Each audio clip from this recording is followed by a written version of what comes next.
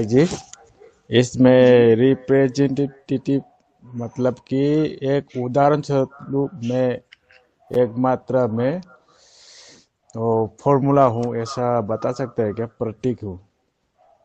हाँ, एकमात्र प्रतीक हूं मैं।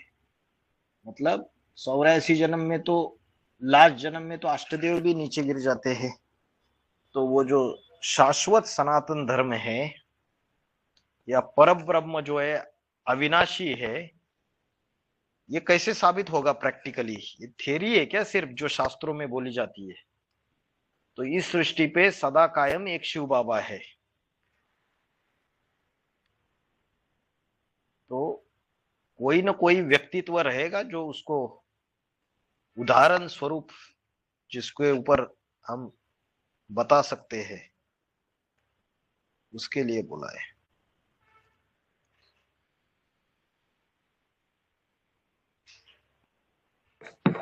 शांत भाई जी, ये ओम शांति।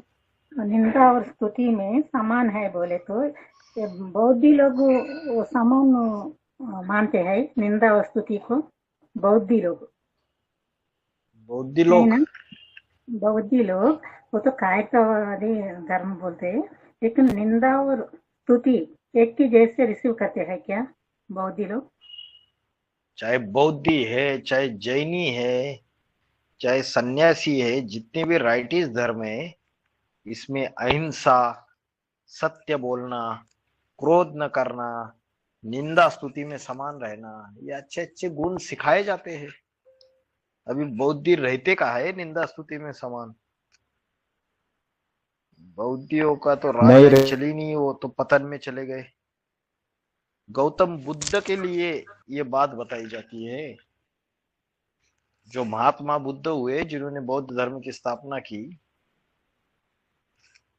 उनका जो सीख है उसमें निंदा और स्तुति में समान रहना। तो हर धर्म में हर संत महात्माओं ने ये बातें बोली है।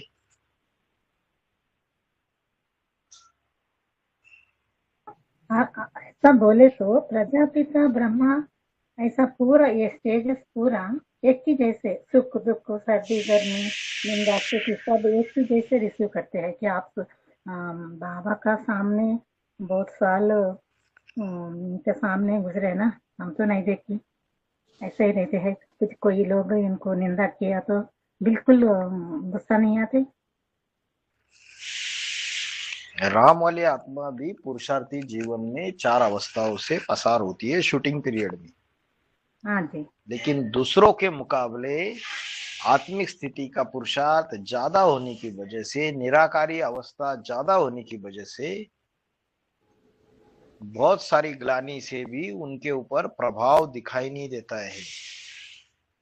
बाबा ने बोला है, जो भी पाड़धारी अपने सीट पे सेट हो जाएगा तो सारी दुनिया थू थू थैया करती रहे, उसके ऊपर कोई असर नहीं पड़ने वाला। तो जैसे बाप के लिए वैसे ही अष्टदेव के लिए।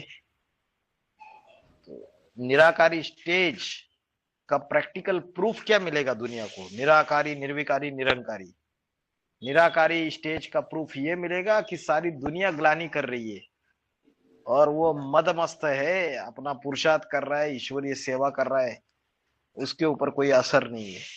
नहीं तो दुनिया में क्या होता है, थोड़ी किसी की निंदा करो, ग्लानि करो, उसका चेहरा मुंह लटक जाता है,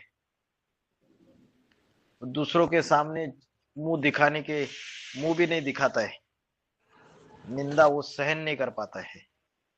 लेकिन जिसकी निराकारी स्टेज रहेगी, उसके ऊपर कोई असर नहीं पड़ने वाला है उन चीजों। प्रजापिता जो है सारी अवस्थाओं से गुजरता है, सदा एक अवस्था में थोड़ी रहता है। वो आत्मा भी चारों युगों की शूटिंग में आती है। हाँ, दूसरों के मुकाबले पावरफुल है। जब संपन्न अवस्था की बात है, संपन्न अवस्था में जो कर्मातीत अवस्था है, उसमें ये सारे गुण देखे जाएंगे। क्या अष्टदेव 100% अभी वर्तमान में निंदा स्तुति इसमें समान रहते हैं। हाँ, दूसरों के मुकाबले उनकी ग्लानि करने पर भी उनको असर नहीं पड़ता है, कंपेयर टू अदर्स, दूसरे पाठधारियों के मुकाबले। लेकिन 100% तो अचीव नहीं किया है ना। जब संपन्न अवस्था होगी तो 100% बन जाएंगे।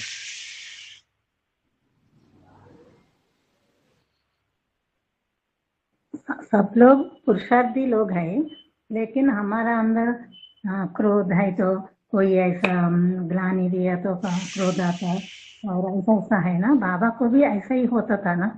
तो धीमे धीमे वो पहले तो आ जाता है पूरा उससे, उस स्टेज से बाहर, है ना। आप शायद देखिए होगा बाबा बाबा को की तो ऐसा। कितनी ग्लानि हुई, हाँ जी, उसके हाँ जी। बावजूद बाबा अपना ईश्वरीय ज्ञान बच्चों को सुनाना, वो अपना जो भी ईश्वरीय कार्य इसमें हमेशा रत रहे।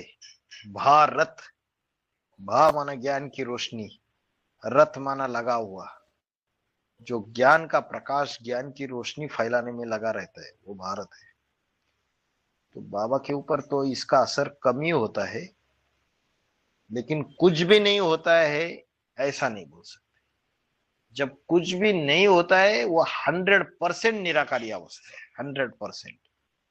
माना पूरा संपन्न बनने के बाद ऐसा हो जाता है। हाँ, तो 17-18 में बोला ना राम की आत्मा के लिए कि संपन्न बन गई करके। तमो प्रधान से सतो प्रधान बनने के लिए 40 से 50 साल लगते हैं। जी।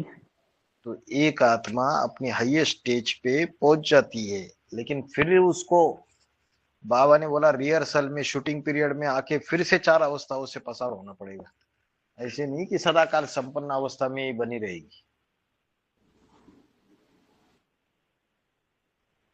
एक एक बार संपन्न बनने के बाद फिर 4 अवस्थाओं में ही गुजरना पड़ता है।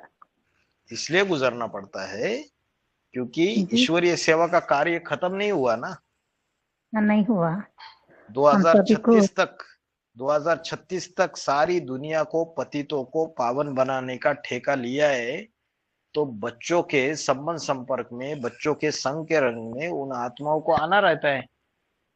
बच्चों को अपनी पावर देंगी तो अपनी पावर थोड़ी कम होगी या नहीं होगी? अपना जरूर संग का रंग होगा। लगाएंगे तो जी। बच्चों की जो विकार है, बच्चों की जो खामियां है, वो अपने अंदर ले लेंगे। अपनी पावरफुल अवस्था का संग बच्चों को लगा देंगे।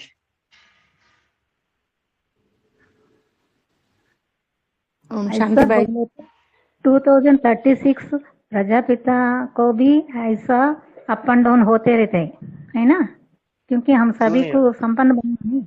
बाबा ने तो बोला है कि जो राम वाली आत्मा है वो क्या बन जाती है? अंधी बन जाती है। ये कलयुग के लास्ट शूटिंग में, लास्ट रिहर्सल में आदि सो अंत राम वाली आत्मा भी फेल होगी। आदि में फेल हो गई तो अंत में भी फेल होगी। क्यों फेल होगी? क्योंकि संसार का, विश्व का कल्याण करने के लिए काम विकार में अंधी बन जाती है। बोला मोहम्मद गौरी ने क्या किया, उसकी दोनों आंखें निकाल दी। तो बाबा ने बोला है काम विकार में अंधा हो जाता है। तो किसी ने बोला संपन्न अवस्था बनने के बाद कैसे अंधा हो जाता है लास्ट में? तो बाबा ने बोला अरे संपन्न अवस्था बनने के बावजूद भी अंत तक रिहर्सल चलती रहेगी, शूटिंग चलती रहेगी, फिर चारों अवस्थाओं से वो आत्मा पसार होगी। सारी दुनिया को सदगति देनी है, मुक्ति, जीवन मुक्ति देनी है। तो सृष्टि के जो मुख्य मुख्य है उनको कनेक्शन में आना पड़ेगा। बाबा ने बोला बच्चों के संग के रंग में जितनी आती है तो रामकृष्ण वाली आत्मा है, उनको भी संग का रंग लगता है, जिसकी वजह से उनकी अवस्था भी ऊपर नीचे हो जाती है। हाँ, इसलिए बोला मुरली में बाप दादा चाहे तो वापिस जा सकते हैं, लेकिन तुम बच्चों के लिए रुके हुए हैं। तो रामकृष्ण वाली आत्माएं ऐसी पुरुषार्थी है कि अपनी हाईएस्ट अवस्था में जाके बैठी रहे वैसे ही, लेकिन किसके लिए रुके? तुम बच्चों के लिए रुके। अभी बच्चे देहाभिमान की आग में जल रहे, और बाप जाके घर में आग लग गई और बाप खुद आग से भाग के बाहर चला गया और बच्चे जल रहे आग में, तो कैसा बाप? तो वो बाप अच्छा जो बच्चों को पहले आग से बाहर निकाले फिर खुद बाहर निकले। तो इसलिए उसको आना पड़ता है। इसलिए बोला बाप दादा चाहे तो वापिस जा सकते हैं। वापिस जाना माना अपनी हाईएस्ट परमधामी अवस्था में स्थित रहना, लेकिन तुम बच्चों के लिए रुके हुए। तो ये बात हम हो लोग जाती है। भाई जी, हम लोग 2028 के बाद बाप को ऐसा 4 अवस्थाओं में देख सकते हैं, करेक्ट है ना? देख सकते 2020 हैं, होने के बाद देख सकते हैं ना, वो देख प्रत्यक्ष होते हैं ना? सकते हैं। जी जी। बाबा ने बोला है जो संगम युगी स्वर्ग बनेगा उन आत्माओं को वो नारायण नजर आएगा। जिसकी पावर जितनी बड़ी हुई है वो उससे उतना वो चीज ले लेगा, और जो आत्माएं ज्यादा देहाभिमान में है उनको बाप जैसे शिव बाबा पालना भी देगा। वो नंबरवार स्वर्ग में ऐड होंगे। तो तपस्या धाम माउंट आबू में बनेगा, दिल्ली में सुखधाम बनेगा। तो क्या तपस्या धाम में बाबा नहीं जाएंगे? जाएंगे बाबा भी। इसलिए बोला है तप कर राज राजते नरका। बच्चे भी तपस्या धाम में तपस्या करेंगे, और तपस्या करने के बाद जब स्थिति अच्छी बनेगी तो बाहर की दुनिया में जाके फिर से सेवा करेंगे। तप कर राज राजते नरका, और सेवा करने के लिए दुनिया में जाएंगे तो फिर दुनिया वालों का संकरंग लगेगा तो अवस्था कुछ नीचे चली जाएगी। फिर से माउंट आबू में तपस्या में आएंगे, तप कर राज राजते नरका, फिर से तपेंगे। तो ये रिहर्सल चलेगी अंत तक, जब तक सारी सृष्टि का विनाश नहीं होता है।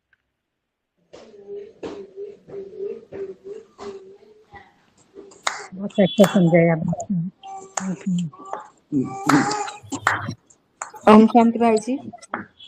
ओम शांति। ओम शांति। मुरली में बात यह है कि जब मिनी मधुबन को ताला भी न लगाना नहीं देते हैं, वो ज्ञान सरोवर वालों को ज्ञान सरोवर छोड़ना पड़ेगा, ऐसा मुरली में बताया है बाबू। कैसा ऐसा क्लैरिटी भी दी चुके हैं। क्यों चलना पड़े? ऐसा मजबूरी क्या है, क्या होगी? और बोल क्या बोलते हैं, पुलिस वारंट निकलेगी, हर एक के ऊपर वारंट लगेगा, इसलिए भागना पड़ेगा। सभी को ताला भी नहीं लगा देंगे, बाबा ने बोला है। फिर भी बाबा ये भी बताया हुआ है, फिर भी खाली रहा पड़ेगा क्या? बाबा के मधुबन सारे खाली रहा पड़ेगा क्या? बाबा के श्रीमत के रहने चलने वाले बच्चों पर भरा हुआ होगा, ये भी बताया हुआ है बाबा। ये खाली रहने के बावजूद भी इतना हिम्मत करके सभी कैसे रह जाएंगे? पुलिस के वारंट के डर के भी फिर भी कैसा होगा, ये बताइए ना। बाबा ने बोला कि एक कथा बताते मुरली में, जब भट्टी को आग लग गई थी ना, तो बिल्ली के जो पुंगरे हैं वो पूरी भट्टी जल जाती है, लेकिन बिल्ली के पुंगरे भट्टी में जो रह गए वो सुरक्षित बाहर निकल जाते हैं। पुंगरे माना क्या भाई जी? बिल्ली के पुंगरे माना बच्चे, सिंधी भाषा है जी। तो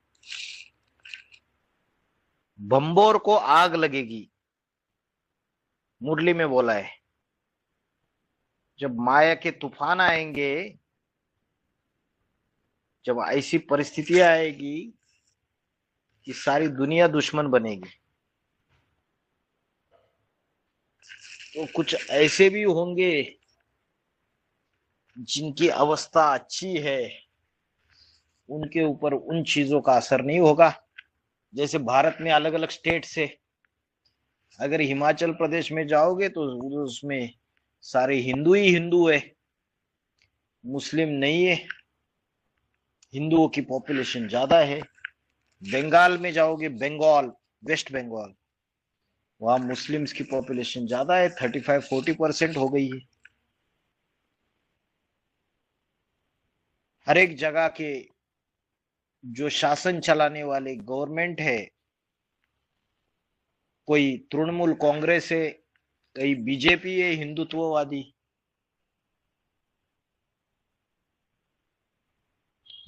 कई समाजवादी पार्टी है, केरला में जाओगे कम्युनिस्ट की सरकार है। तो जहां नास्तिकता और मुस्लिम लोगों का पक्ष लेने वाले ज्यादा है, वहां तो समस्या ज्यादा होगी। और कुछ ऐसे एरिया होंगे कि जहां की गवर्नमेंट फेवरेबल होगी, वहां समस्या कम हो सकती है। तो जिसने जैसे अवस्था प्राप्त की, जैसा पुरुषार्थ किया, उसका बाल भी बाका नहीं होगा। लंबे समय का पुरुषार्थ अंत में काम आवेगा। तो संगम युग में जिसने ऐश की, ऐश करो दोस्तों दुनिया की दीवालों से, वरना मारे जाओगे इन सब बेकारों से। जिन्होंने पुरुषार्थ के लिए समय नहीं दिया, अमृत वेला के लिए समय नहीं दिया, ज्ञान के मनन चिंतन मंथन के लिए समय नहीं दिया, ईश्वरीय सेवा के लिए समय नहीं दिया, ऐसों को तो भागना ही पड़ेगा ना। कुछ जमा ही नहीं किया। जिन्होंने जमा किया, तो बाबा ने बोला आगे चल के ऐसा समय आएगा कि तलवार लेके तुम्हारे सामने आ जाएंगे, लेकिन उनको भयानक साक्षात्कार होंगे, भाग जाएंगे। तो बाबा ने बोला ये अशरीरी अवस्था, विदेही अवस्था का अभ्यास बच्चों को बार बार करना चाहिए, क्योंकि अंत में ये एक ही अभ्यास काम में आएगा। कौन सा अभ्यास काम में आएगा? कि आत्मा अलग और शरीर अलग, अशरीरी अवस्था, विदेही अवस्था, देह से परे वाली। इसलिए बाबा ने बोला है तुम बच्चों को घड़ी घड़ी, अभी अभी साकारी, अभी अभी आकारी, अभी अभी निराकारी, इस स्टेज का घड़ी घड़ी अभ्यास करना है। लेकिन बच्चे करते ही नहीं है आत्मिक स्थिति का अभ्यास। सवेरे से लेकर रात तक परचिंतन, इसने ऐसा कहा, उसने वैसा कहा, सुनी सुनाई बातें, उसका चिंतन, इसमें ही बुद्धि लगी रहती है। तो आत्मिक स्थिति, विदेही अवस्था, अशरीरी अवस्था धारण करने का जिन्होंने अभी अभ्यास किया होगा, अभी जिन्होंने अपनी ईश्वरीय सेवा में अपना तन मन धन स्वाहा किया होगा, तो ऐसे बच्चे उस समय उनको मदद मिलेगी या नहीं मिलेगी? परमात्मा की मिलेगी। जिसकी जैसी अवस्था, उसको वैसे मदद मिलेगी, वैसे परमात्मा की छत्र छाया मिलेगी।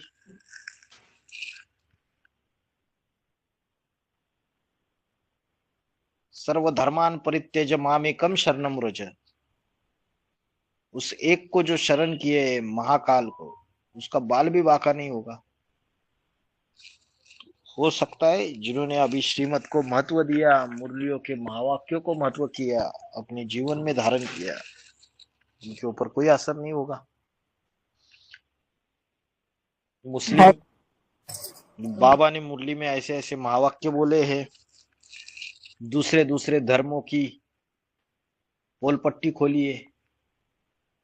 जो बाहर की दुनिया में मीडिया, सोशल मीडिया, सब जगह इन सारी बातों का जब पब्लिश हो जाएगी, तो ये दूसरे दूसरे धर्म वाले मारो काटो छोड़ो नहीं, इनको भगदड़ मच जाएगी ना। बड़ा भारी रिवॉल्यूशन होगा, बाबा ने बोला है। इतनी बड़ी क्रांति होगी सारी दुनिया में, पहले हाहाकार, फिर जय जयकार। सिविल वार होगा, हाँ खास करके जी, हिंदू मुस्लिम के बीच होगा, 28 हाँ और जी, 29-30 के बीच में होगा। हाँ जी। और जो आपने कहा ना साक्षात्कार की बात, ये ब्रह्मा बाबा के साथ में कराची में हो चुका है। एक जब खाना पीना खा करके दोपहर को जब आराम कर रहे थे, तो एक काबली वाला उनका बॉडीगार्ड था, रहता था गेट में। तो कोई सरदार जी जो है किसी के द्वारा भेजा गया था कि उनको मारो। जब वो उनके पास कटार निकालने की कोशिश करे तो उनको गुरु नानक देव का चेहरा सामने दिखाई पड़े उनको। ऐसा 2-3 बार हुआ। बोलते हैं कि आज भी उसका परिवार अब सरेंडर कर गया, पूरा परिवार उसमें समर्पित हो गया बाबा के पास। हाँ जी। भाई जी, बुद्धि का साक्षात्कार माना क्या है? बुद्धि का साक्षात्कार और एक होता है बंद आंखों का साक्षात्कार। बुद्धि का साक्षात्कार माना खुली आंखों का साक्षात्कार, और बंद आंखों का साक्षात्कार वो होता है कि जैसे स्वप्न होता है वैसे चीजें दिखती है। स्वप्न साक्षात्कार वैसे चीजें दिखती है बंद आंखों से। और बुद्धि का साक्षात्कार वो होता है कि बुद्धि से समझ जाते हैं, ऐसी कोई चीजें दिखती नहीं है। अब ब्रह्म कुमारी में जाएंगे तो साक्षात्कार बहुतों को होते हैं, कई सारी माताएं उनको साक्षात्कार होते रहते। तो बाबा ने बोला है भगवान जो है भावना का भी भाड़ा देता है। जिसकी जैसी भावना वैसे भगवान उसको भावना का भी भाड़ा देता है। लेकिन इसका मतलब ये नहीं कि साक्षात्कार, ध्यान, दीदार आदि सारी मुरली में बोला है व्यर्थ बातें हैं, इससे कोई प्राप्ति नहीं होती है। ऐसे तो भक्ति मार्ग में तुलसीदास को भी साक्षात्कार हुए, कबीरदास को भी साक्षात्कार हो गए, मीरा को भी साक्षात्कार हो गए, लेकिन क्या उनको मुक्ति, जीवन मुक्ति मिली, सदगति हो गई उनकी आत्मा की? नहीं हुई। नहीं। तो यज्ञ के आदि में सेवक राम को बुद्धि से साक्षात्कार हुआ और दादा लेखराज को बंद आंखों का साक्षात्कार हुआ। बड़ी बड़ी बिल्डिंग गिर रही है, हिंदू मुस्लिम आपस में खून नायक नदियां बह रही है, श्री कृष्ण बच्चा हरी भरी धरती पे जन्म ले रहा है, विष्णु का चतुर्भुजी रूप, ये साक्षात्कार हुए। लेकिन इन साक्षात्कारों के अर्थ ब्रह्म बाबा को समझ नहीं आए, और सेवक राम ने बुद्धि से उन साक्षात्कारों के अर्थ समझ के उनको बताए, तो वो बुद्धि का साक्षात्कार हो गए। तो जो ज्ञानी तो आत्मा रहती है उनको भावना वाला बंद आंखों का साक्षात्कार नहीं होता है, लेकिन जो ज्यादा भावनावादी होते हैं उनको बंद आंखों का साक्षात्कार हो जाता है।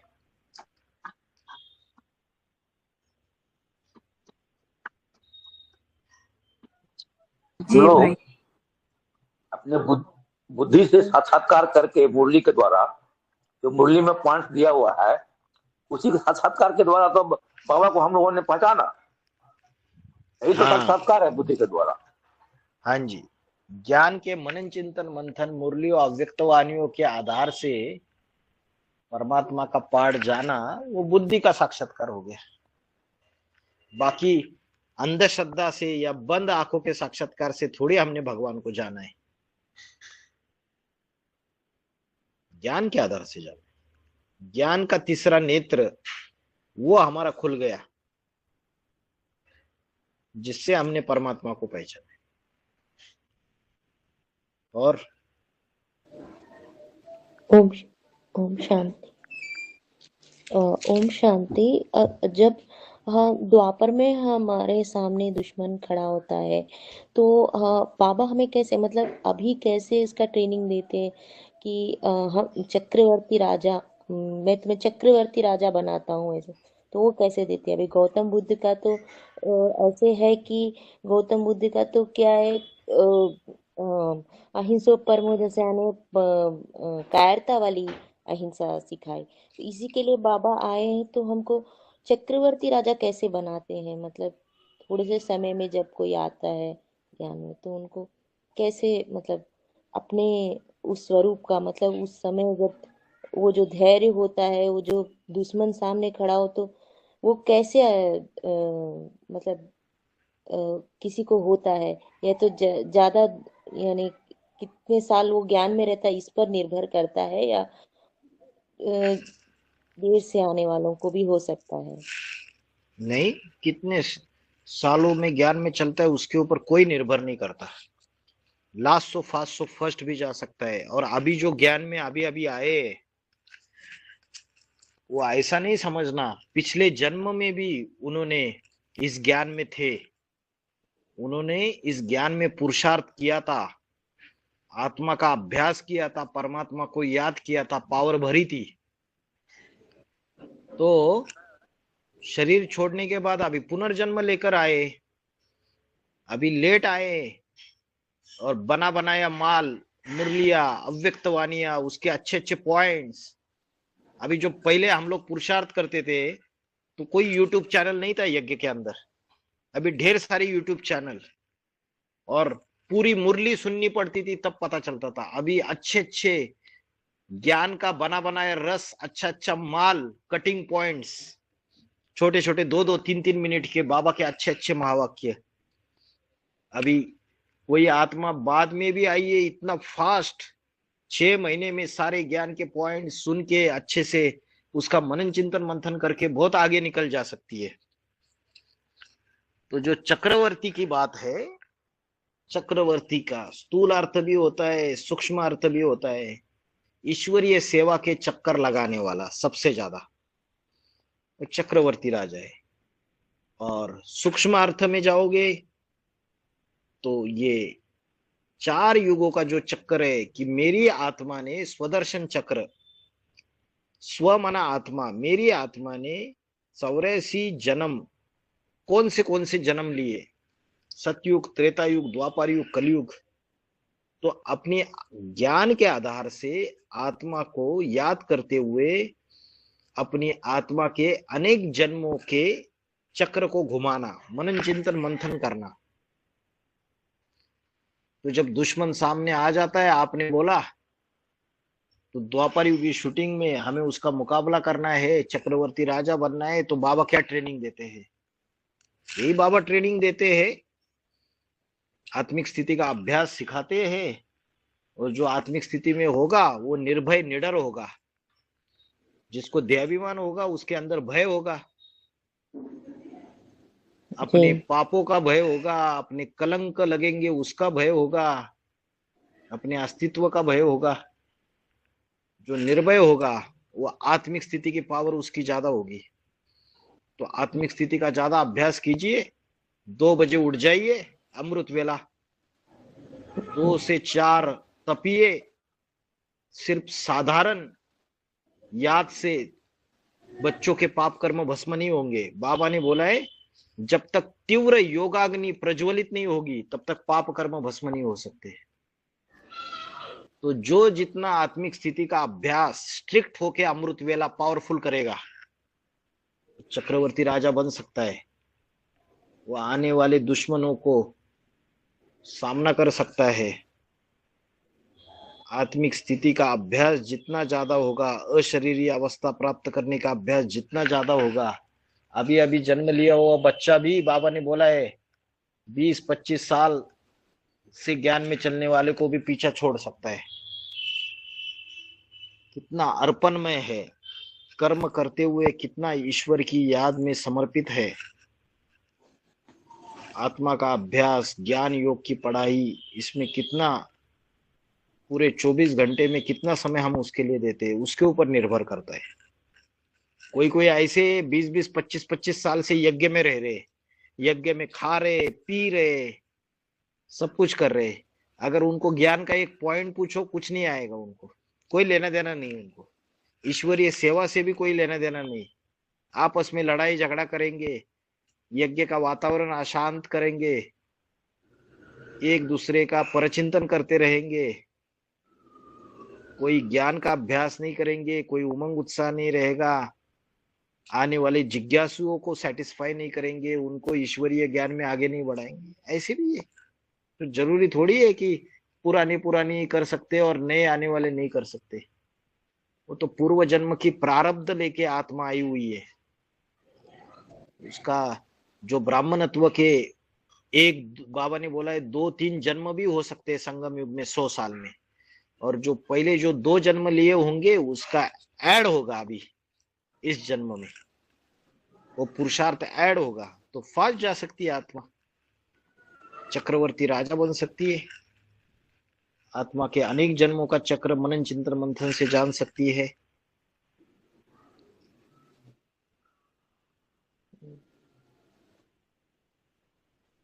माता जी जवाब मिला क्या? जी जी। तो ये हमें सोचना नहीं है कि हमें पुरुष चोला मिलेगा या स्त्री चोला मिलेगा। पक्का ये तो समझ सकते हैं कि जो एडवांस कोर्स लेते हैं वो उनको उनको ही युद्ध करना, क्योंकि कोई तो होगा जो इतने सारे युद्ध हुए हैं द्वापर में, तो हम ही लोग होंगे ना जो उस समय युद्ध कर बाबा ने रहे हैं। बोला है, बाबा ने बोला है अष्टदेव सतयुग और द्वापर युग में महाराजाएं बनते हैं, जी जी और जो 108 है वो जन्म जन्मांतर की राजा बनने वाली आत्माएं। जी जन्म जन्मांतर, जन्मांतर का अर्थ है अंतर नहीं है, जी हर जन्म में राजा बनेंगे। 108 आत्माएं ऐसी पावरफुल आत्माएं, जो सूर्यवंशी राजा है भारतवासी, वो भारत में राजाएं बनेंगे। और उसका फाउंडेशन यहाँ डालते हैं वो संगम युग में। उसके लिए 108 आत्माएं जो जन्म जन्मांतर की राजाएं बनती है, उसके क्या क्या पॉइंट्स है, मुरली पॉइंट सारे इकट्ठा कीजिए। बाबा ने बोला है जन्म जन्मांतर राजा बनने वाली आत्माएं कभी पेट का धंधा नहीं करती है, सबसे पहला पॉइंट। जी अगर पेट का धंधा करता होगा तो वो 108 की लिस्ट में आ ही नहीं सकता। बाबा ने बोला है घर गृहस्थी की, घर गृहस्थी में जो चिपके हुए, घर गृहस्थी के कीचड़ में जो चिपके हुए रहेंगे वो कभी 108 की माला में आ नहीं सकते। हाँ गृहस्थी है लेकिन उसमें चिपके हुए नहीं होने चाहिए, डिटैच होने चाहिए। डिटैच होने चाहिए। गृहस्थी को ऐसी भी माताएं एडवांस पार्टी के अंदर जो गृहस्थी भी संभालती है, सवेरे अमृत वेला रेगुलर क्लास करेगी, सिर्फ खुद नहीं करेगी, दूसरों के लिए क्लास भी लगाएगी, फिर अपनी बेटी को भी स्कूल में भेजेगी, पति का खाना भी बनाएगी, और फिर दिन भर ईश्वरीय सेवा भी करेगी, दिन भर पूरे। और आने के बाद फिर शाम को वो लोग फिर से उनको बैलेंस करेगी, बाकी सारा समय ईश्वरीय सेवा में देगी। ऐसे भी है, मैंने देखे पूरा का पूरा जो ईश्वरीय सेवा मिले कभी पीछे नहीं हटेंगे। ऐसे भी है। तो वो 108 की माला में आ सकते हैं, नहीं आ सकते? आ सकते हैं 100%, क्योंकि वो चिपके हुए नहीं है। बाकी का सारा समय वो ईश्वरीय सेवा के लिए दे रहे, पति ज्ञान में नहीं चलता है फिर भी।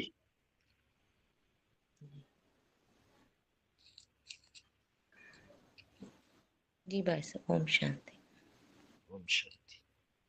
ट्रस्टी, इसी को ट्रस्टी कर सकते हैं भाई जी। हाँ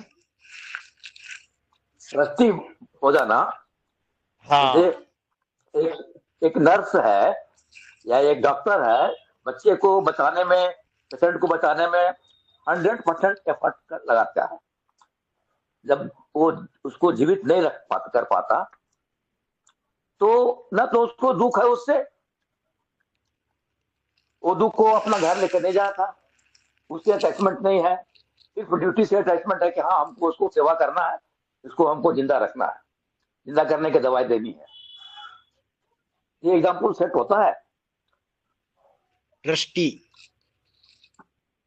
डिटैच, अमानत में खयानत नहीं करनी है। जो धन है वो भी, जो हमारे पास जो धन है वो उसका दिया हुआ है अंतिम जन्म में, जो तन की शक्ति है वो भी उसके लिए है। तो परमात्मा के ट्रस्टी बन के हम अगर धन को भी यूज करें, तन को भी यूज करें, ये तन भी मेरा नहीं है। ईश्वरीय सेवा में कभी कभी पीछे हट जाते हैं, तन की जो शक्ति है वो पूरी तरीके से ईश्वरीय सेवा में नहीं लगाते।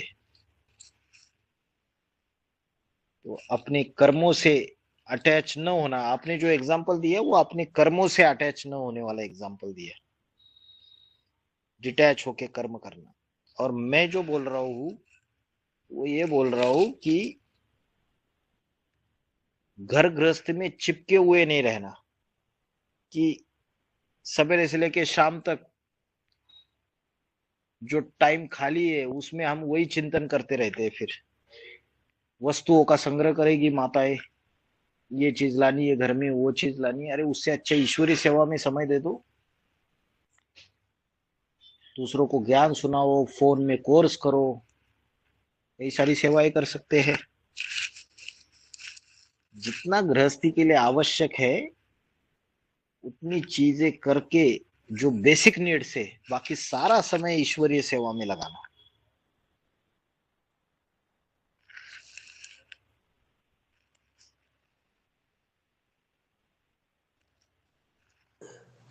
भाई जी ओम शांति। ओम शांति। भाई जी जो कल श्लोक आए थे उसमें बताया था कि विष्णु जो है वो रजो कहेंगे उनको, विष्णु को बीच की स्टेज है उनकी, तो वो कैसे एक्सप्लेन करेंगे कि वो रजोगुणी हुए? 3 धाम है ना, ब्रह्मलोक, विष्णुलोक और शंकर लोक। ब्रह्मा जो है वो दुग्धाम के नजदीक है, और शंकर जो है वो शांति धाम के नजदीक है, हाईएस्ट स्टेज है, निराकारी, परम धाम।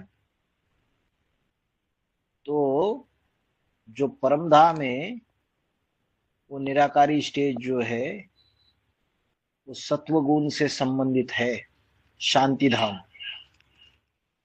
और जो दुखधाम है वो तमोगुण से संबंधित है। और बीच में दोनों सतो और तमो के बीच में रजोगुण है।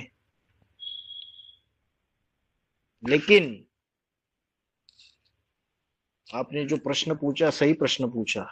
ये तो इस आधार से इसका क्लैरिफिकेशन, ब्रह्मालोक, विष्णुलोक, शंकर लोक।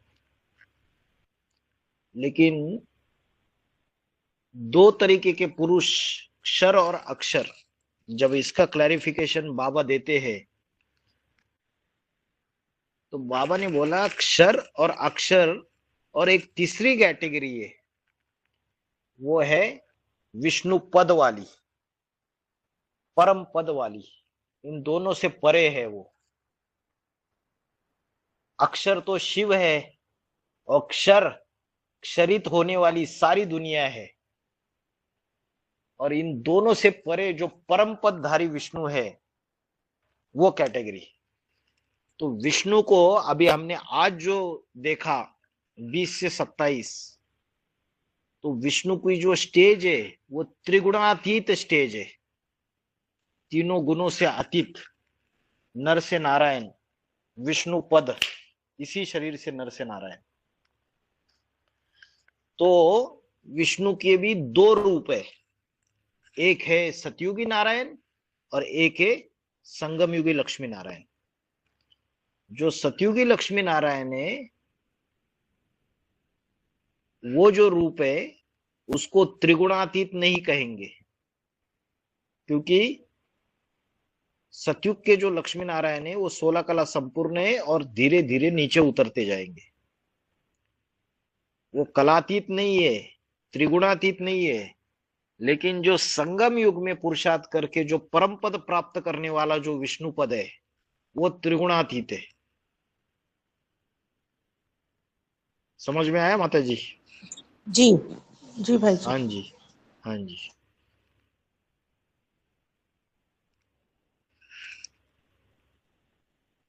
तो इसका मतलब जो सतयुगी जो विष्णु है वो रजो गुणी कहेंगे उसको, या ये कह सकते हैं कि वो डाउनवर्ड्स स्टेज में है? सतयुगी विष्णु को रजोगुनी नहीं कहेंगे। एक्चुअली ये बात जो है ना, ये शूटिंग पीरियड की बात है, 3 मूर्तियों की बात है, ब्रह्मा, विष्णु और शंकर।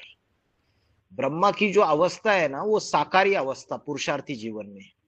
इसलिए दादा लेखराज ब्रह्मा के जितने भी फोटो देखेंगे ब्रह्मा कुमारी आश्रम में, वो कभी निराकारी हाईएस्ट स्टेज में नहीं दिखाई देते हैं, साकारी अवस्था में दिखाई देते हैं।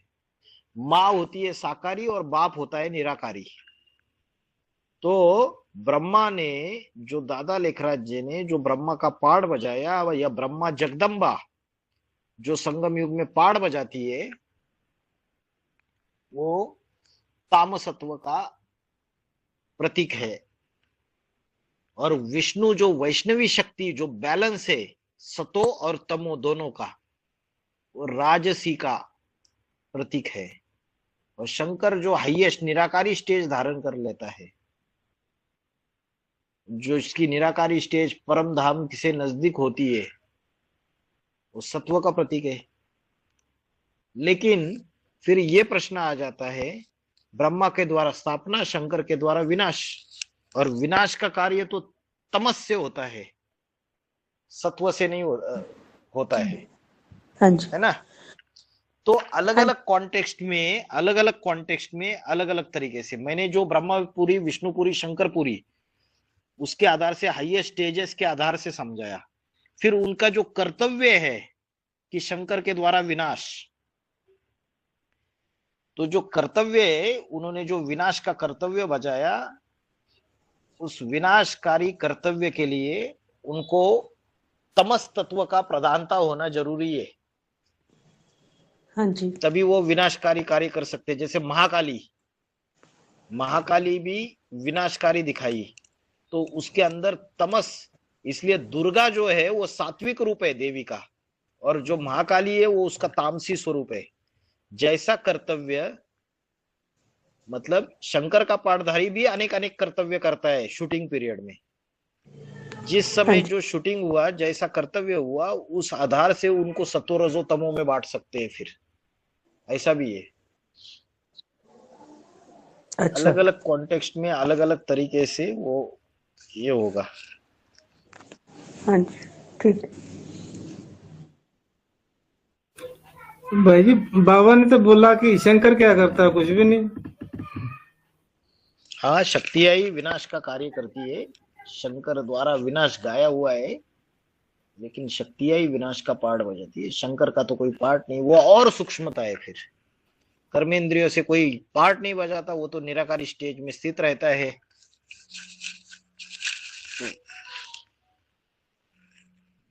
लेकिन बाबा जैसे शास्त्रों में जो गायन है, वो शंकर को विनाशकारी संवार करता बोला है। तो वो संवार करता है एक्चुअली, अनेक धर्मों का विनाश करता है, अनेक परंपराओं का विनाश करता है। जो ज्ञान वो सुनाता है, उस ज्ञान से अनेक धर्मों की धारणाएं नष्ट कर देता है। वो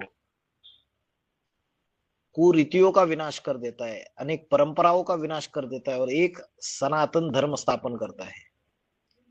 जैसे बोला है कि परमात्मा जो है वो अगर 16 कला संपूर्ण अहिंसक मर्यादा पुरुषोत्तम बन के आए, तो इस दुनिया में जो राक्षस है, असुर है, उनका विनाश नहीं कर पाएगा। तो ब्रह्मा के चंद्रमा, ब्रह्मा रूपी चंद्रमा की रोशनी में कीड़े मकोड़े पलते हैं, लेकिन सूर्य की रोशनी में कीड़े मकोड़े जल के भून हो जाते, खाक हो जाते। तो शंकर का पाठधारी जो है, वो जो यज्ञ के अंदर आसुरी ब्राह्मण पनप रहे थे, उनका विनाश करने के निमित्त बनता है ज्ञान के अस्त्र शस्त्रों से। तो जो माँ की जो वाणी होती है, वो तो धारणा युक्त वाणी होती है, और शंकर की जो वाणी होती है, विनाशकारी वाणी होती है, और विनाश कल्याणकारी है। अष्टदेव के लिए भी बाबा ने बोला, अष्टदेव से बाबा पाप भी कराते हैं और पुण्य भी कराते हैं, क्योंकि उसमें संसार का कल्याण समाया हुआ है।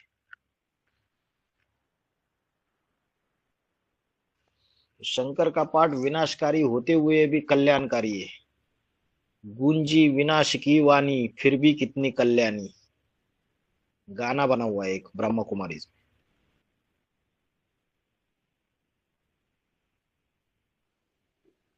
भैया जी, एक डाउट मुझे आ रहा है।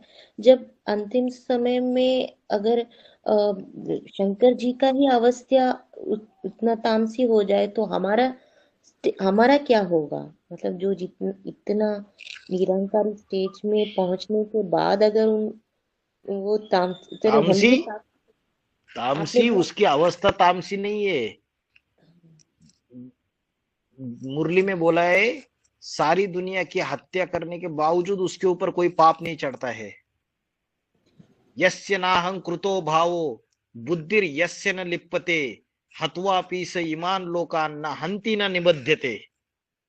जिसको मैंने किया ये अहंकार नहीं है, ऐसा जो परम पुरुष है वो सारी दुनिया की हत्या करते हुए भी उसके ऊपर कोई पाप नहीं चढ़ता। श्रीमद् भगवत गीता में बोला है। क्यों? क्योंकि हाईएस्ट आत्मिक स्थिति है, हाईएस्ट निराकारी स्टेज है।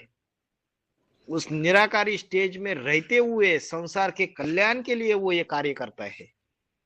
बाबा ने बोला लास्ट में जाके बाप और अष्टदेव ये सारे गहरी याद में बैठ जाएंगे, और ऐसी गहरी याद में बैठ जाएंगे कि ये जो बड़े बड़े दुनिया के प्रेसिडेंट है, प्राइम मिनिस्टर है, जिनके पास ढेर सारी न्यूक्लियर वेपन्स, एटम बॉम्ब की ताकत है, उनकी बुद्धि घुमाएंगे और न्यूक्लियर ये जो पावर है उसका एक्सप्लोजन हो जाएगा। तो विनाश के निमित्त बनते हैं इस तरीके से, क्योंकि पाप में पाप बढ़ाने का, रहम करने के लिए बाप आया हुआ है। विनाश होने के लिए पापों की भी आती होनी चाहिए। बच्चों के अंदर इतनी ताकत नहीं कि पापों की आती कर दे। तो बाप को, जिसके अंदर बहुत ज्यादा पावर है, तो कितना भी तामसत्व धारण करे उसके ऊपर कोई असर नहीं होने वाला है। इसलिए बोला है समरथ को नहीं दोष गुसाई, रवि पावक जल सबकी नाई। जो समर्थ होता है उसके ऊपर कोई दोष नहीं लगता है। रवि माना सूर्य सारे कचड़े को सुखा देता है, लेकिन उसके ऊपर कोई असर नहीं होता है। कितनी भी गंदगी से डालो उसके सामने, उसके ऊपर कोई असर नहीं होता है। पावक माना अग्नि, रवि पावक जल, ये अग्नि तत्व ऐसा तत्व है कि दुनिया में सबको सुख ही सुख देगा, लेकिन जब तामसी अवस्था धारण करेगा तो ये अग्नि विनाशकारी रूप धारण करता है। वैसे ही जल तत्व भी शीतल जल देगा, सुख देगा, लेकिन जब विनाशकारी होगा तो सुनामी आएगा, फ्लड्स आएंगे, बाढ़ आएगी नदियों को, तो विनाशकारी साबित हो जाएगा। लेकिन उसमें कल्याण समाया हुआ है सारी सृष्टि का। हमारा क्या होगा नहीं, जो बाप के बच्चे हैं उनका बाल भी बाका नहीं होगा। तो जो बच्चे नहीं है उनके लिए विनाशकारी है वो, अपने परिवार के लिए तो कल्याणकारी है वो। ओम शांति। Thank you.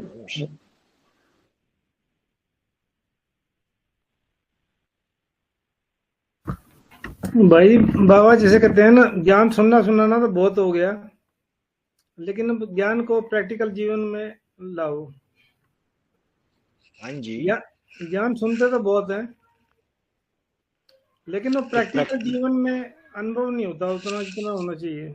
इसलिए अनुभव तब होगा जब ज्ञान सुनेंगे भी, सुनाएंगे भी, आत्मिक स्थिति का अभ्यास भी करेंगे, ईश्वरीय सेवा भी करेंगे। जब अपने को पूरा उसमें झोंक देंगे तो ये स्पिरिचुअल जर्नी है, धीरे धीरे धीरे धीरे सुधार होगा। पूड़ी जब तेल में डाली जाती है तो जब पूरी पक जाती है तो ऊपर आ जाती है फूल के। वैसे ही अभी हम पुरुषार्थ कर रहे हैं, अभी हमको ऐसा लग रहा है कि हमारे अंदर कुछ भी धारण नहीं हो पा रहा है, लेकिन जब आप शुरू में ज्ञान में आए और जो आपने 5-6 साल 7 साल 8 साल जो भी पुरुषार्थ किया, तो पहले वाली स्थिति और अभी की स्थिति में कुछ तो अंतर होगा। अंतर तो है भाई जी। हाँ जी, तो धीरे धीरे हो रहा है सुधार। करते रहोगे निरंतर अव्यभिचारी रूप से उस ईश्वर को स्मरण, उसको याद करते रहोगे, आत्मा का अभ्यास करते रहोगे, तो अनेक जन्मों का जो पापों का बोझा है वो 1 सेकंड में हट जाएगा। आने वाले समय में 1 सेकंड में जीवन मुक्ति गाई हुई है। अभी पूरे जीवन भर पुरुषार्थ किया और बाबा बोलते हैं 1 सेकंड में जीवन मुक्ति, तो वो 1 सेकंड वही है जब पूरी पक जाती है तो ऊपर आ जाती है, वो वाला है। उस समय लगेगा कि लंबे समय का पुरुषार्थ अंत में काम आएगा, और बिना हारे जो लगातार करते रहेंगे, धीरे धीरे धीरे धीरे आत्मा में शक्ति बढ़ती जा रही है।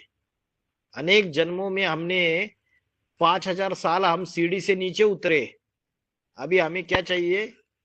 शॉर्टकट रास्ता चाहिए। और शॉर्टकट रास्ता भगवान ने दिया भी।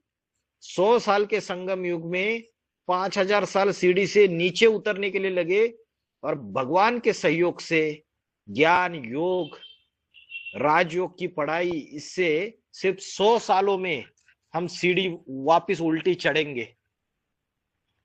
तो भगवान ने तो शॉर्टकट का रास्ता भी दिया है। थकना नहीं है, करते रहना है निरंतर, और स्पीड बढ़ाना है। कोई पुरुषार्थ में चलते हैं, कोई भागते हैं, और कोई उड़ते हैं। तो चीटी मार्ग की सर्विस कर रहे हैं, इसलिए अवस्था नहीं बन रही है। ऐसी ईश्वरीय सेवा में अपने आप को झोंक दो। जितना गुड़ डालोगे उतना मीठा बनेगा। तन भी मेरा नहीं, धन भी मेरा नहीं, समय संबंध संपर्क सारों को ईश्वरीय सेवा में स्वाहा कर दो। जितना समय आप अपने कर्म बंधन में फंसे हुए हो, उसकी वजह से अवस्था बन नहीं पाती है।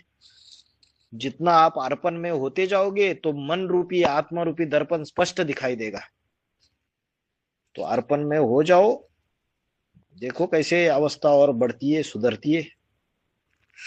भाई जी, हाँ, वो एक प्रश्न था ऐसा कि हारिए न हिम्मत बिसरे न राम, थोड़ा उसका क्लियरिफिकेशन थोड़ा सा अच्छा से हारिए न कर दो। हिम्मत बिसारिए न राम। मतलब हिम्मत मत हारो। जो राम है वो अपने पुरुषार्थी जीवन में कभी हिम्मत नहीं हारता है, तो उसको याद करो।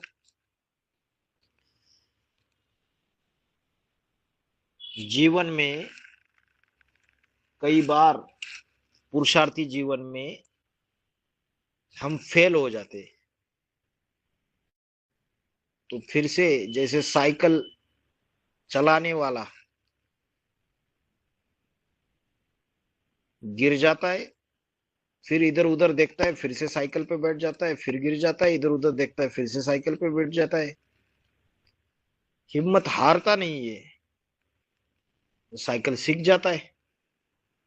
तो वही पुरुषार्थी जीवन में अमृत वेला नहीं हो रही है। मायावी संकल्प चलते हैं, राक्षसी संकल्प चलते हैं। जैसा पुरुषार्थ होना चाहिए नहीं होता है, तो हारिए न हिम्मत बिसारिए न राम। तो हठ पूर्वक जोर जबरदस्ती फिर भी हिम्मत न हार के फिर से पुरुषार्थ में लगना चाहिए।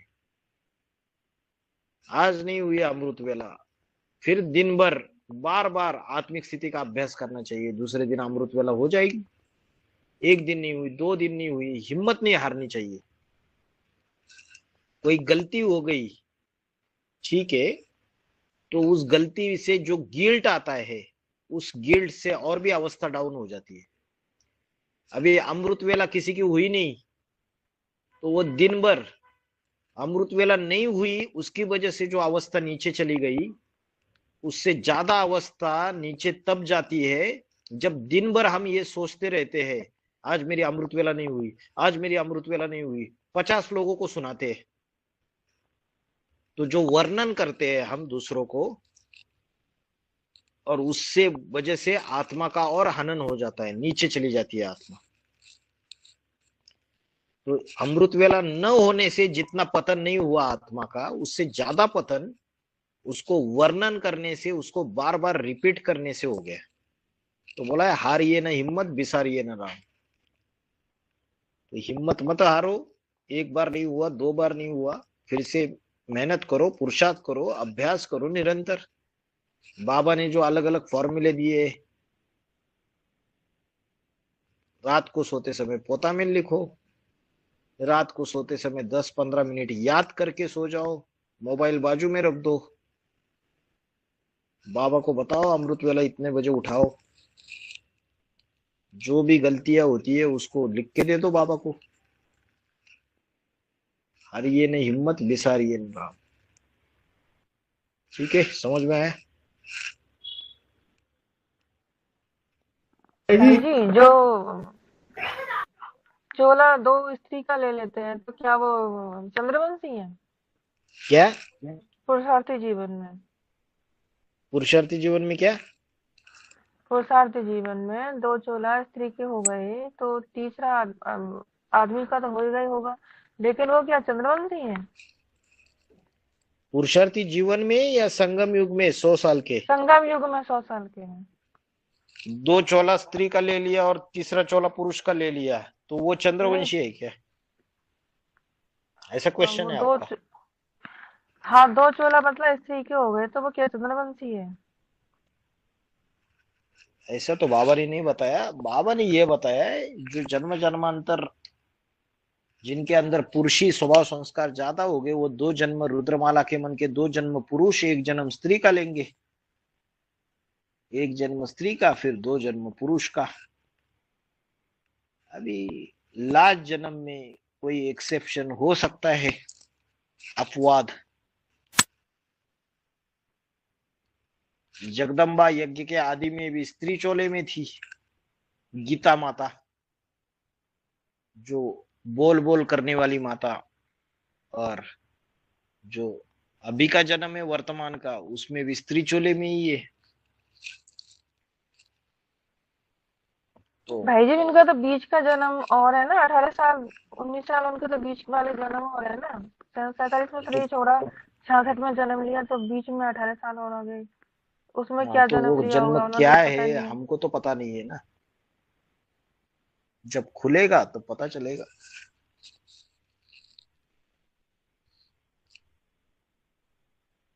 जो रानी बनने वाली आत्मा है विजय माला के, वो 2 जन्म स्त्री का 1 जन्म पुरुष का लेंगे।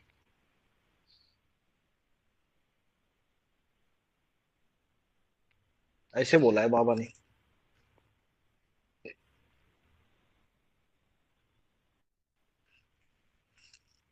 भाई जी, सत्य युग और त्रेता युग था बोल के इसको प्रूफ कैसे देना?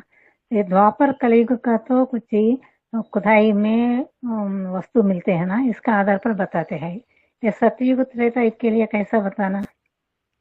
बाबा ने बोला कि 2500 साल का हिस्ट्री अवेलेबल है।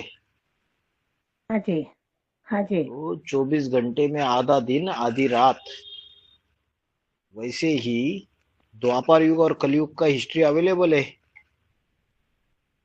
तो जो हिस्ट्री अवेलेबल है उसके तो बाबा ने बोला जब देहाभिमान आता है, जब दुख आता है, तब दिन गिने जाते हैं।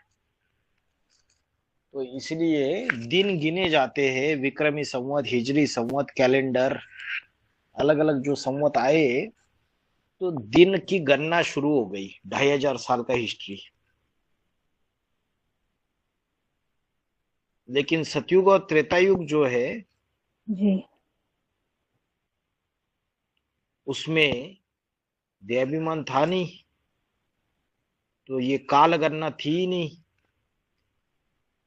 तो आधा दिन आधी रात्रि, तो द्वापर युग कलयुग जिसमें विषय विकार पाप होते, तो उसका प्रूफ दुनिया में अवेलेबल है, एविडेंस अवेलेबल है। तो ये रात्रि का समय नरक की दुनिया है, और आधा दिन सतयुग और त्रेता युग स्वर्ग की दुनिया है। ये भी आधा होना चाहिए। फिर अगर ये 2500 साल का है तो जो हिस्ट्री मनुष्य के पास अवेलेबल नहीं है वो भी 2500 साल की होनी चाहिए। इस तरीके से बोल सकते हैं। बाकी बहुत सारे शास्त्रों को जानने वाले लोग बोलते हैं 5000 साल पुरानी सनातन धर्म की संस्कृति। तो 5000 साल पुरानी सनातन धर्म की संस्कृति है, तो 2500 साल का हिस्ट्री अगर पता है द्वापर युग कलयुग का, तो सतयुग और त्रेता युग भी 2500 साल ही होना चाहिए। तब 5000 साल पुरानी सनातन धर्म की संस्कृति, ये वाक्य साबित हो जाएगा। बाकी शास्त्रों में अलग अलग, ब्रह्म वैवर्त पुराण, उसके बाद भागवत, उसके बाद वो और कौन सा है वो, एक नाम क्या, अलग अलग शास्त्रों में कुछ कुछ प्रूफ है। हैं? हरिवंश पुराण श्वेता भाई। हरिवंश पुराण, श्वेताश्वतरो उपनिषद, हरिवंश पुराण, श्वेताश्वतरो उपनिषद, इनमें अलग अलग प्रूफ से, जिससे साबित होता है कि द्वापर युग और कलयुग 2500 साल का है और सतयुग त्रेता युग भी 2500 साल का है। तो शास्त्रों के प्रूफ प्रमाण अनुसार भी बता सकते हैं, लॉजिकली भी बता सकते हैं, जैसे दिन और रात, उस हिसाब से भी बता सकते हैं, स्वर्ग और नरक, इस हिसाब से भी बता सकते हैं।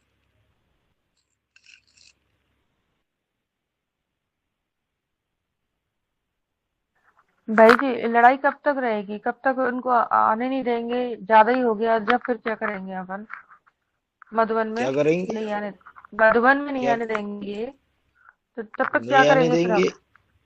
क्या करेंगे? अलग और नया मधुबन बनाएंगे। अरे लाखों की तादाद में सेंटर खुलेंगे तो और खुलेगा सेंटर, टेंशन क्यों लेते हो आप? अभी तो मधुबन में ही तो बैठे हो, इतने सारे भारत भर सारी आत्मा इकट्ठा होके। बाबा ने 2018-19 के बाद ये वीडियो कॉन्फ्रेंसिंग, ये जो सारी गूगल मीट और कॉन्फ्रेंसिंग, ये सब कुछ शुरुआत किस लिए करवाए? और भी स्थूल मधुबन भी खुलेंगे, सेवा बढ़ाइए।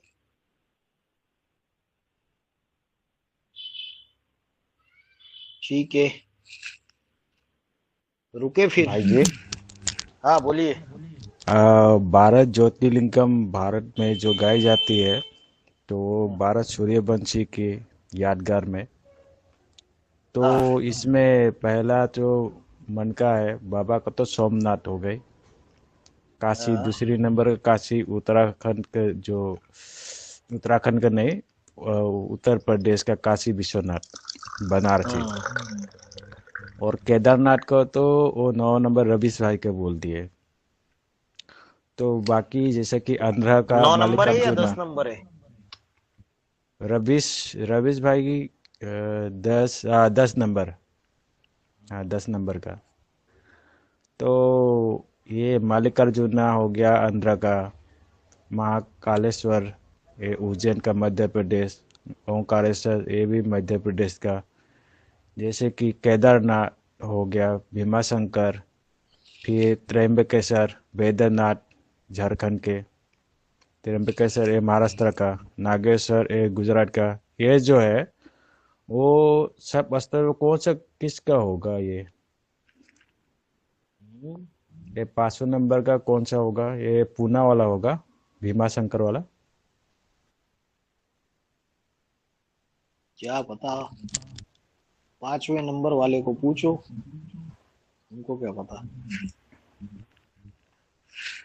अरे वो बीच में एक पॉइंट मिला था ना, क्रिश्चियन धर्म का मुखिया जो है, उसका पॉइंट कौन सा मिला था? बद्रीनाथ मिला था ना, एक पॉइंट भेजा था कृष्णा माता। हाँ जी भाई जी, बद्रीनाथ। बद्रीनाथ मिला था ना। लेकिन वो उसके लिए लागू होगा 12वें नंबर के लिए।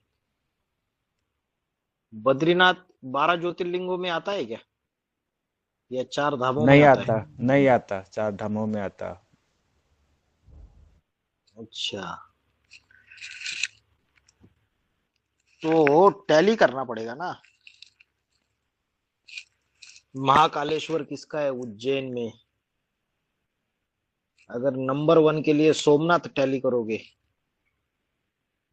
सोम माना चंद्रमा, चंद्रमा को नाथने वाला सोमनाथ, तो वो तो ठीक है। ब्रह्मा रूपी जो बैल है उसके ऊपर शंकर सवारी करके बैठता है, तो सोमनाथ तो ठीक है। काशी विश्वनाथ, तो महाकालेश्वर किसके लिए आएगा? उज्जैन का महाकालेश्वर। रामेश्वरम भी एक है साउथ हाँ रामेश्वरम है साउथ में। में। तो तमिलनाडु में वो अष्टदेवों की जो विशेषता है उन विशेषताओं का और जो अनेक अनेक ज्योतिर्लिंग बने हुए हैं उनकी पौराणिक कथाएं और उसकी सारे पूरा अभ्यास करने पर पता चलेगा कि कौन सा ज्योतिर्लिंग किस अष्टदेव के लिए टैली होता है। ये रिसर्च पांचवा का विषय कोई पांचवा प्रोजेक्ट भीमा शंकर ने बताया क्या? हाँ पांचवा भीमा शंकर पूर्णा का। भीमा शंकर है पूना के नजदीक, हाँ पूना भीमा लेकिन शंकर। लेकिन लेकिन स्थान के आधार से देखेंगे तो वैसे टैली करना भी ठीक नहीं है। उसका कारण ये है कि जैसे मध्य प्रदेश में है उज्जैन महाकालेश्वर और ओंकारेश्वर, लेकिन फिर वो अष्टदेव का जो लौकिक जन्म स्थान है मध्य प्रदेश से अगर कोई अष्टदेव ही नहीं निकलता है तो फिर वो किसके लिए टैली होते हैं। इसलिए उसके लौकिक जन्म स्थान के आधार पे वो ज्योतिर्लिंग को टैली करना वो 100% करेक्ट नहीं है। अभी जैसे राम वाली आत्मा है उत्तर प्रदेश से है जन्म स्थान, लेकिन सोमनाथ गुजरात का प्रथम ज्योतिर्लिंग बोला है उसको, तो वो टैली हो जाता है। तो इसलिए भीमा शंकर कोई परफेक्ट नहीं है।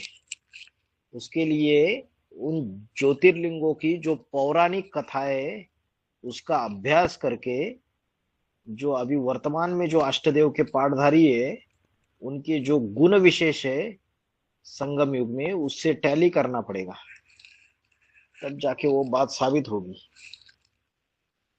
किसी एक ने अभ्यास करना चाहिए प्रोजेक्ट लेके, तब पता चलेगा। भक्ति मार्ग में सारी चीजें अवेलेबल है। अभी हम सिर्फ ज्ञान मार्ग के पॉइंट्स ज्यादा जानते हैं। जब हम भक्ति मार्ग से उसको टैली करेंगे तो वो एग्जैक्ट टैली हो जाएगा। जैसे नवग्रह है उसमें टैली किया ना, मंगल ग्रह किसके लिए, शुक्र किसके लिए, शुक्र इस्लाम के लिए, मंगल क्रिश्चियन के लिए है, बुध बौद्ध धर्म के लिए है। तो अलग अलग ग्रहों का टैली कर दिया है। वैसे ही ये ज्योतिर्लिंगों का टैली का रिसर्च का सब्जेक्ट है। कोई करेगा तो करो, प्रोजेक्ट ले लो। ध्रुव भाई को प्रोजेक्ट दे देते और कृष्णा माता को, दोनों को इंटरेस्ट है ज्यादा। ठीक है माता जी, यूट्यूब में अलग अलग ज्योतिर्लिंग की पौराणिक कथाओं का अभ्यास कीजिए, यूट्यूब में मिलेगा। उसी पौराणिक कथाओं से जो जुड़ी हुई चीजें वो उन अष्टदेव पाठधारियों के जीवन में टैली होगी, तब जाके वो साबित हो जाएगा।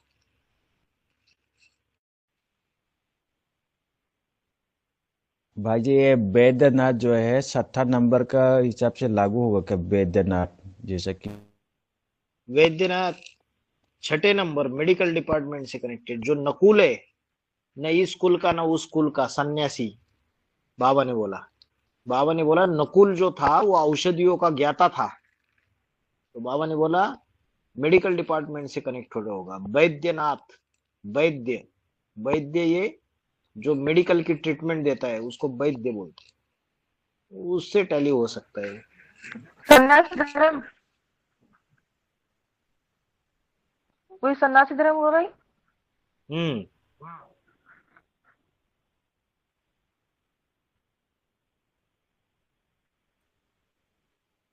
भैया अभी किस समय की शूटिंग चल रही है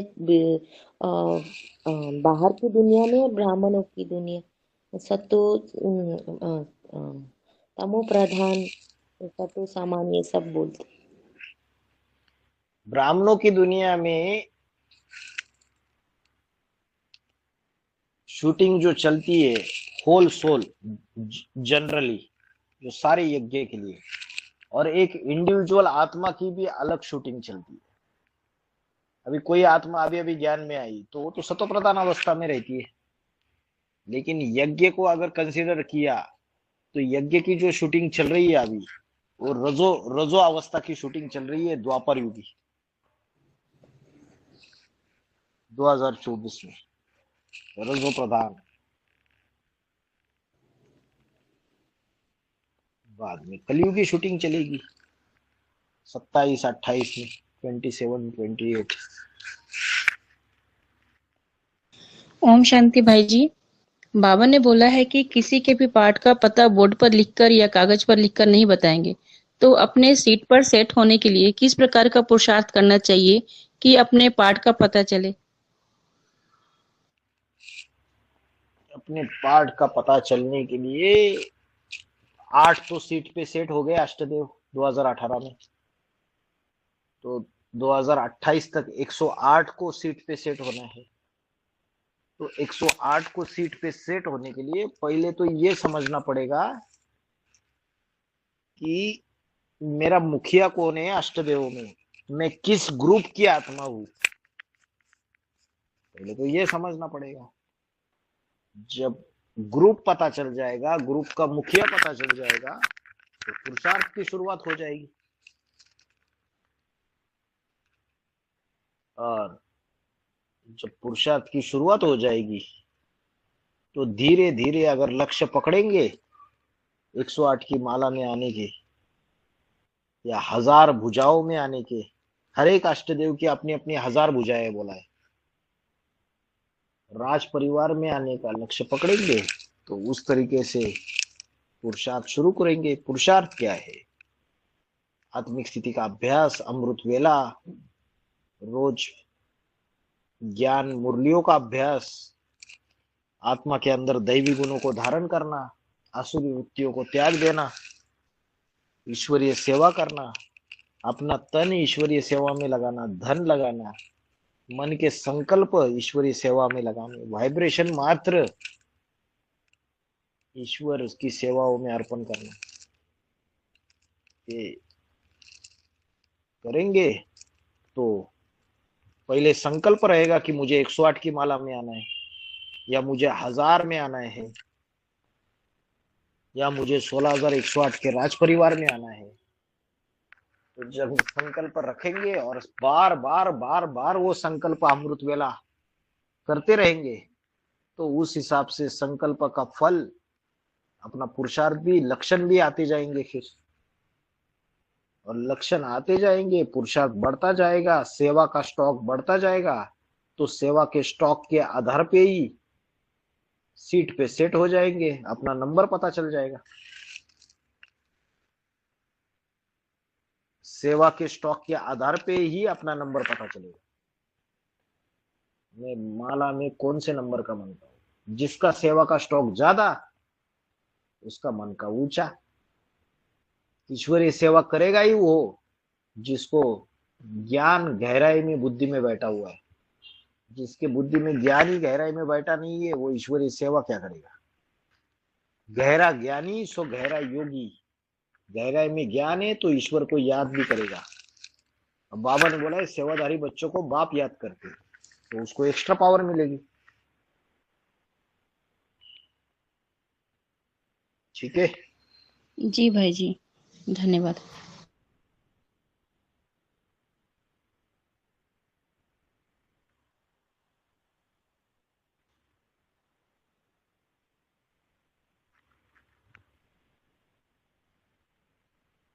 चलो फिर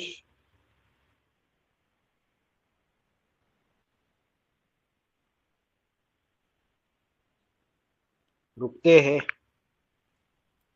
ओम शांति। जी भाई जी, ओम शांति भाई जी। धन्यवाद भाई जी। ओम शांति भाई सबको ओम जी। शांति। ओम शांति। ओम शांति भाई, ओम शांति भाई जी, ओम शांति सभी को। ओम शांति। ओम शांति।